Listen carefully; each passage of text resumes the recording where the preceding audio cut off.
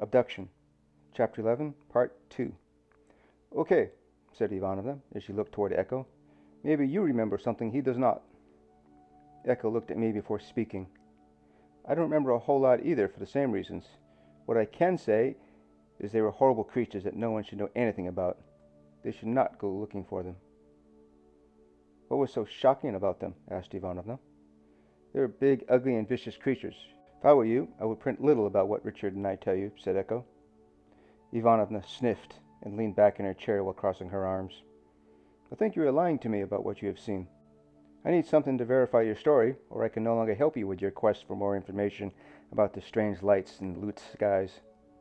I wondered if Echo and I should walk away at this point. We kept our word to the Belarusian government that we do not discuss what we saw. Yes, we gave away some information, but none that would be beyond belief. Anyone with an imagination could have dreamt up what we told Ivanovna. Maybe that was what she was having trouble with. I leaned forward in my chair. These aliens should not be messed with. I was put in a position to defend myself and Echo from these monsters, I said with emphasis. Ivanovna's eyes lit up. Go on, tell me more. I had to choose my words wisely to not give away what really happened and where it really happened. I had never been to Sumy, Ukraine, so I had to make something up that sounded truthful. I wanted to show Richard where the border was with Russia, muttered Echo. It was there that we came across some strange tracks on the ground. We decided to see where it went, and that's when we ran into trouble. At first, we caught a glimpse of something moving in the woods, but it didn't take long to realize we were in trouble. Richard had to save us both from the alien monsters. It has been a long time since I've been to eastern Ukraine. Maybe it's time I go and visit, muttered Ivanovna. Anything else you can tell me to help me write my blog? I shook my head, as did Echo. I could add a lot more, but I was not permitted to say anything about it. Even if I could, I would not be telling a reporter the likes of Masha Ivanovna. That would be it. I managed to get Echo and myself back to the car as the monsters were given chase, I said. Basically, ran for our lives. Good, said Ivanovna. This will make a good story. Now, let me tell you something. There is a man I think you should see next. He owns a sporting club in the city center. Why should I go visit Maxim Volkov? I asked. You know him? Asked Ivanovna with raised eyebrows. I would not say I know him, I replied. I met him when I went to the club. I left a lot of details out. There was not any need for Ivanovna to know that Maxim Volkov called me into his office.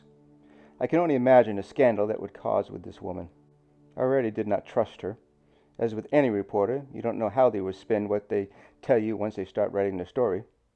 I wouldn't say I liked giving her information on what happened in the Belarusian exclusion zone. The information Echo and I did communicate could only be made up by anyone who claims to contact aliens. Now I need to decide how much to tell Ivanovna about Maxim Volkov. She was nosy as any good reporter. If Ivanovna wanted to, she could get all the information she wanted once she starts snooping around. That's it? Maxim Volkov just walked up to you and introduced himself to you? This I cannot believe, ranted Ivanovna.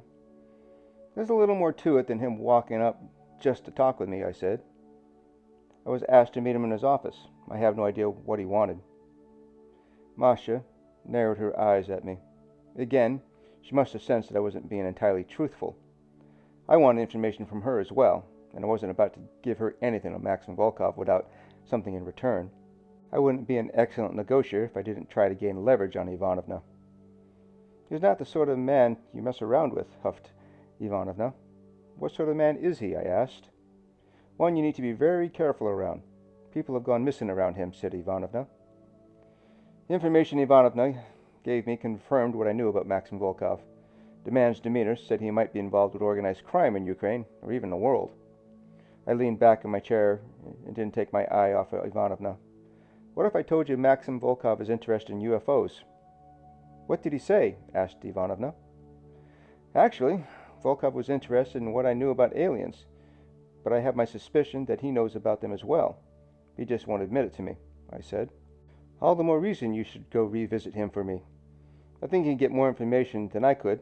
What do you think? Asked Ivanovna. I thought you said Maxim Volkov is a dangerous man, said Echo.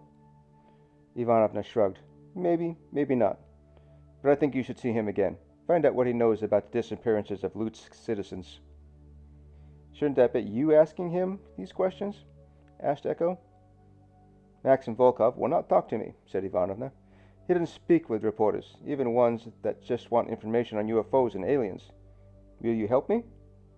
I would say no, but one look at Echo and her pleading eyes changed my mind.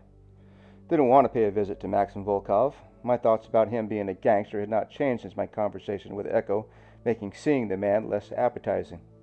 Okay, I will see if he's willing to tell me anything. I won't press him for answers, because I don't want to become one of Lusk's missing people.